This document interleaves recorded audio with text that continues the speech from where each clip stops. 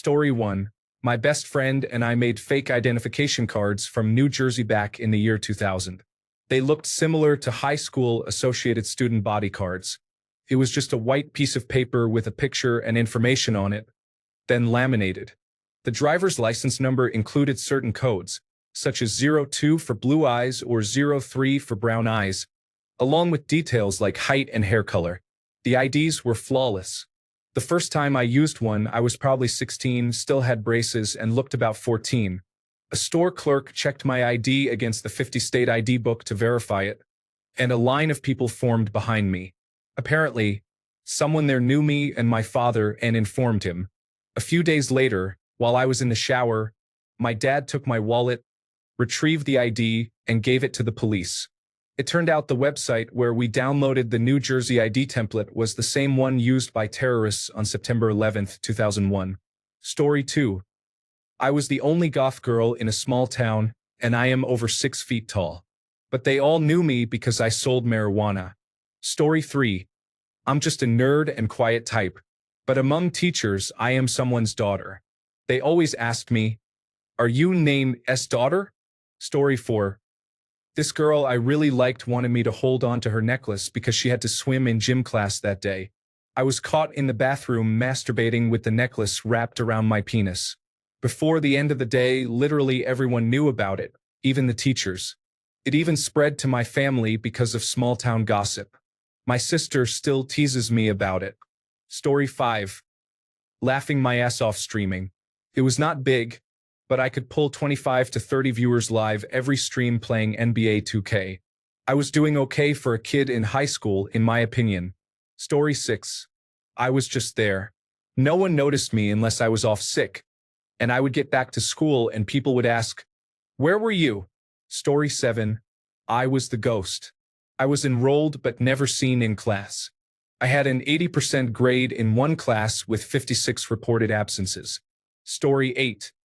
I was good at music and writing songs. These days, that is like saying I had a bright future as a blacksmith. Story 9. For being identical brothers, people often said they remembered us from middle school, even though we attended multiple high schools and went to a completely different school district for middle school. Story 10. I was Superman in a school play called Heroes, about a washed-up Superman and Lone Ranger giving way to Lois and feminism, and Toto's weed smoking. It did not dawn on me until the week before that being Superman in a school play also means wearing the outfit and prancing around in tights in front of my entire school. I owned it. It was fun, but I never lived that down. Story 11. I could draw and paint. I had a successful side business creating other students' art projects and personalized Valentine gifts. Story 12. I was in high school in the 1980s, right in the middle of the Satanic Panic. We, of course, played it up as much as we could. People thought we were devil worshippers and were scared of us. It was hilarious. Story 13. New girl in school. Blonde, petite, studious, and quiet. I was followed to all my classes by the athletes who would wave and call to me from the hall until the bell rang. I had a boyfriend who did not attend my school. I really hated it. Story 14. Proud nerd. I was the nerd who received the most anonymous dedications of Justin Timberlake's Sexy Back around 2007 at the annual Bonfire Night. My most memorable dedication was for our science club head, who never looks our way. This one's from the debate team. Even though it was anonymous, I found out who it was, as I used to be a speaker on the under-17, under-19, and under-21 parliamentary debate teams and coached the under-14 team. Story 15. I had a cool old muscle car and threw a massive graduation party. I was once suspended for inciting a riot, which seemed like an absurd accusation. It was just a large crowd watching a fistfight. Story 16. My uncle worked for Frito-Lay and would give us boxes of expired chips and sunflower seeds. I would hand out bags of sunflower seeds to any child who wanted them. I was the one who got them banned from school property. Story 17. Nothing much. But once I heard a rumor going around the classes that people were making out in the school's bathroom, that others could hear it, and no one knew who it was. It was me and my friends. Story 18. Early in my freshman year, I lost my virginity. She told her friends I was well endowed. My nickname quickly became Horsecock. I guess there are worse things to be called. Story 19. My class did not know I could talk. I gave a speech and most thought I was mute. No, I just did not talk because I was bullied for having a speech impediment in elementary school, so I stopped talking at school. Story 20. Shutting down the circuit breaker inadvertently deleted everything any teacher in the building was working on. I saved several students from taking a test that day, and I got the day off for it. Win-win. Story 21. Not the entire high school, but among my large circle of friends and acquaintances, I was mistaken for a girl from behind. Story 22. Some kid called me Tron, Baby Tron, because I was a skinny white guy with long hair and an outrageous style in the worst way possible. I took full advantage of it. Story 23. Someone made up a rumor that I had a famous Tumblr page. It was strange because I was a loner and did not socialize or have a Tumblr account. Story 24. Varsity basketball captain. Winner of the Battle of the Band as lead guitar. Member of our dance crew. I had a Converse Letterman jacket that my sister often borrowed. Soon, random girls in her year were passing it around. Story 25. Came in from football practice late after catching punts. Last to leave the field. Last to the showers. A mild punishment for irritating coaches. The school was hosting a volleyball game. The lockers and showers were under the bleachers in the gym. I was the last one in the shower rinsing shampoo when somebody poked me in the butt with a towel. It was Jason, an annoying sophomore. Jason now had to pay, a few rib shots probably, nothing in the face. I grabbed my towel and gave chase, right into a gymnasium full of people. Soaking wet and only managing to keep myself covered, I was surprisingly welcomed warmly. The catcalls only lasted a few weeks. Old ladies in the grocery store, things like that. This was a small Kansas town of 2,500. You couldn't not know. Story 26. I gave a scalding valedictorian address after some upset mean girls were not allowed to be considered as contenders. It was somewhat immature but still reflected their failure to succeed in anything to this day. Story 27. Lead singer of many bands. Drumline. Always had a girlfriend. Life was great and I definitely peaked in high school. Story 28. Sleeping all the time. There are so many pictures of me sleeping in the most random places. One time I slept under an indoor palm tree in the back of our class. In the middle of a math lesson, I got up laughing out loud. Another time, I was snoring during another class's German lesson. They did not even wake me up. Story 29. I'm probably the camera operator and technical expert because whenever there is filmmaking, I am always the editor. An additional benefit is being exempted from performance tasks. Story 30. Famous or infamous? I grew up in the Bay Area as a Los Angeles Rams fan during one of the worst runs in franchise history. A 17-game losing streak to the San Francisco 49ers. Suffice to say, I was the punching bag, verbally but not physically, for all the 49ers fans, which was a lot. There was just me, one other student, and a teacher who admitted to being Rams fans. Not fun. Also, a few friends and I were big comic book fans, but this was before it became cool and popular, so we also got picked on for being babies for reading books with pictures. Yeah, high school was fun. With the comic stuff, I like to think I was just ahead of my time and was cool before it was cool to be into comics. Story 31. Having a birthday every day. Let me explain. One day in year 8 or 9, I told my friend I was excited because it was sports day. I didn't explain more.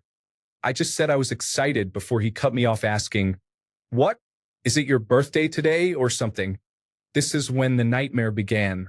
He interrupted me as I tried to explain, loudly proclaiming it was my birthday and wishing me a happy birthday.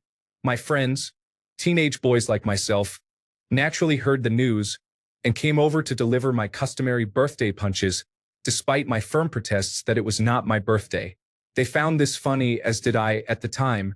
From then on, my friends falsely informed people it was my birthday, watching them instinctively wish me a happy birthday and enjoying my reaction as I embarrassingly or frustratingly explained it wasn't my birthday. This continued the next day when people asked, "Was it your birthday yesterday?" Again, my friend said, "No, It's his birthday today, and again enjoyed my explanations. This evolved into my entire year group wishing me a happy birthday every day.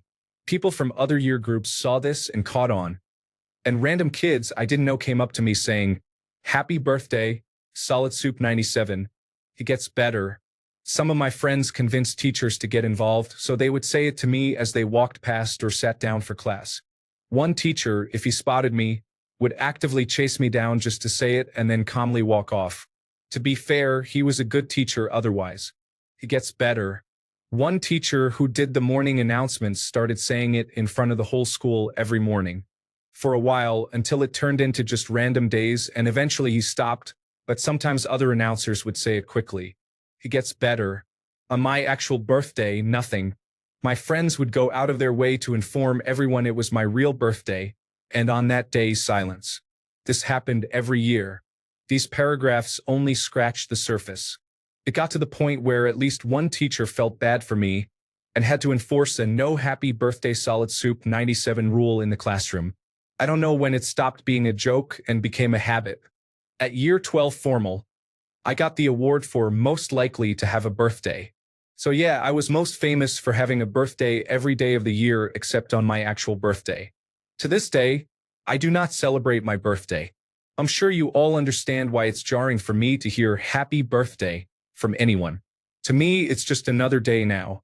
Story 32.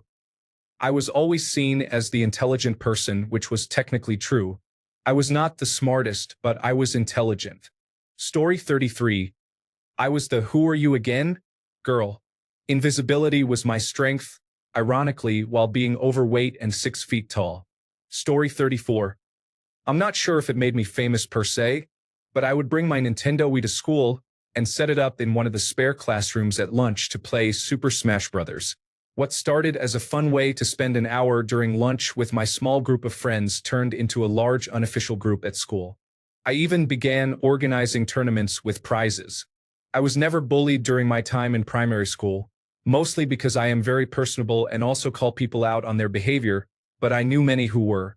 This Super Smash Bros. Group became a safe space for many bullied kids and gave them a place to enjoy themselves without worry of being bullied.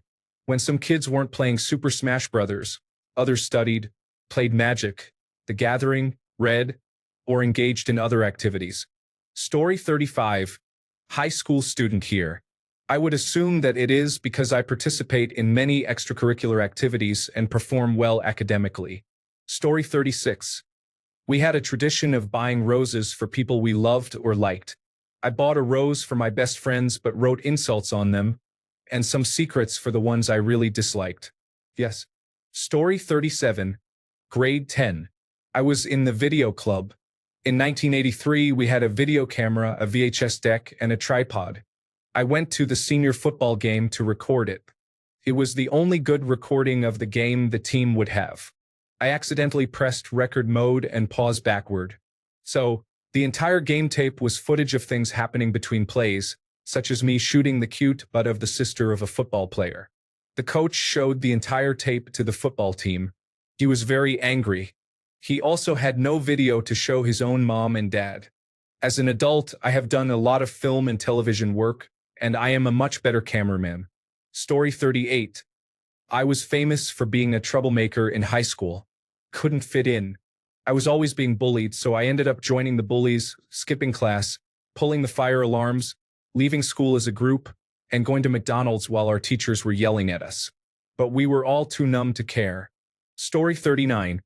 By attending all optional classes except for one, I participated in choir, theater, arts, supplementary English, and Chinese.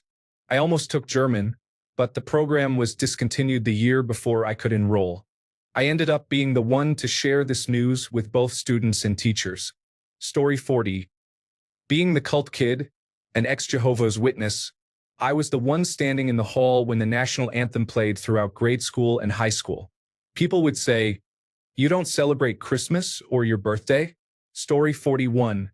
Breaking a toilet. I also smashed a window on my last day by throwing a ball. Someone else was going to be blamed, and I could have gotten away with it.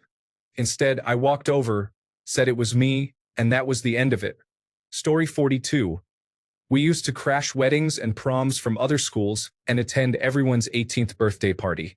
It was an amazing time in my life. There was a period of about 3 months when we crashed weddings every weekend, sometimes even 2 in one weekend. In my country, weddings usually consist of more than 200 people, so it is relatively easy to dress nicely and join once the ceremony ends. Story 43. I had a bad reputation for being late to class or being in the wrong classroom. Mostly, it was because I didn't want to be there or thought it was funny to see how long it took a teacher to realize I wasn't supposed to be there. It became a game that even other students played along with. Students were always marked as tardy if they were late to class.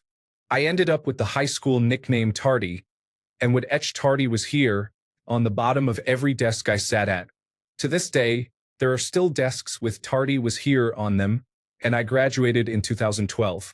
Story 44. Being the smart kid. In a normal high school, this would not make me famous, but I went to a small art school, and everyone was rather obsessed with me just because of how smart they thought I was. It was ridiculous, honestly, but I am not complaining. Story 45. An introvert until 10th grade, then suddenly switching and trying his best to organize the school's first festival. Story 46. I am going to graduate from high school in Sweden in 2 weeks. In the beginning, I was known for being a bit quiet and always having all the answers before tests. Now everyone calls me womanizer, and I am known for partying a lot. Story 47. I was known as the teacherizer. They would flock to me every single day. The best was one Wednesday in 2004. This math teacher kept looking at me funny during class. So I raised my hand and asked if we were going to keep playing tag. She gasped and said maybe we could meet after class in the janitor's closet. I winked and the whole class high-fived me. After class, we made our way to the janitor's closet. Inside, we found a janitor, and all 3 of us spent time together on a bed made of mops. I think I have 2 children. One of them must have come from an egg. After that, all the teachers wanted me. The math teacher must have told others in the teacher's lounge how good I am. After that, I became known as the janitor because I would make huge white messes in the janitor's room. Let's just say I got a promotion because I worked hard. Eventually, I settled down with the math teacher, and currently, she is helping me write this. I was famous for being the janitor in high school, if you know what I mean. Thanks a bunch for sticking around till the end of the video. Remember to subscribe, and until next time, stay awesome and goodbye.